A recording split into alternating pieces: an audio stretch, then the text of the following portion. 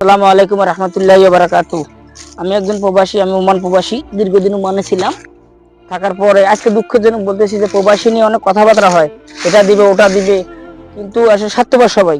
আমি দীর্ঘ 5 বছর থাকার পরে রেমিটেন্স পাঠিয়েছি দেশে। আমি এক জায়গা নিয়েছিলাম আমার এলাকায়, সে জায়গাটা উনি আবার যার কাছে নিয়েছি সে আবার আদি হিসেবে নেওয়ার পরে সে জায়গাটা নিয়ে নিচ্ছে আমার কাছ থেকে। আমার কাগজপত্র সব ঠিক থাকার পরেও কিন্তু আমার জায়গাটা এখন নামতে পারতেছি না 3 বছর। আমি কোথায় গেলে আমার সঠিক আইনটা, আমার সঠিক বিচারটা পাবো? সেটা একটা গেল আমার বড়বাড়ি হাটে, আমি লালমোহর জেলা বড়বাড়ি ইউনিয়নের বাড়ি।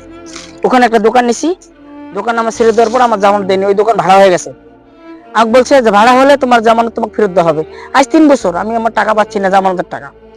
আমার অটো ছিল, অটো চুরি হওয়ার পরে, ডাকাতি হওয়ার পরে আমি অটো কিনে চাইছিলাম, ওনার কাছে গেছিলাম, উনি বলছে কোনো সাউন্ড থাকবে না।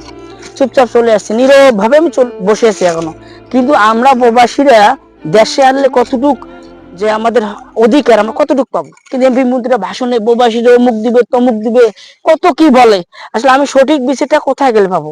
আমার অর্জিত টাকা পয়সা কোথায় বলে, আমার সমস্ত কিছু রেমিটেন্সের সমস্ত কাগজ এবং আমি যে বৈধ জমি নিচ্ছি, দোকান নিচ্ছি, সমস্ত কাগজ আমার ঠিক আছে, কিন্তু আমি জুলুমের শিকার, অত্যাচার শিকার।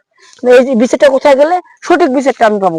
সকল দেশি প্রবাসীর কাছে অনুরোধ থাকলো যে এরা ভুয়া বাস, রাজনীতিবিদরা ভুয়া বাস, এরা সঠিক বিচার কখনো করতে পারে না। যদি সঠিক বিচারে করে তাহলে আমার এই আমি যে আমার কাগজপত্র সমস্যা থাকার কারণে আমার জিনিসগুলো কোথায় যাবে? আমি 3 বছর 4 বছর থেকে লাঞ্ছনার শিকার, তাহলে এটা পাবো কোথায়? আমি সঠিক বিচার কোথায় পাবো?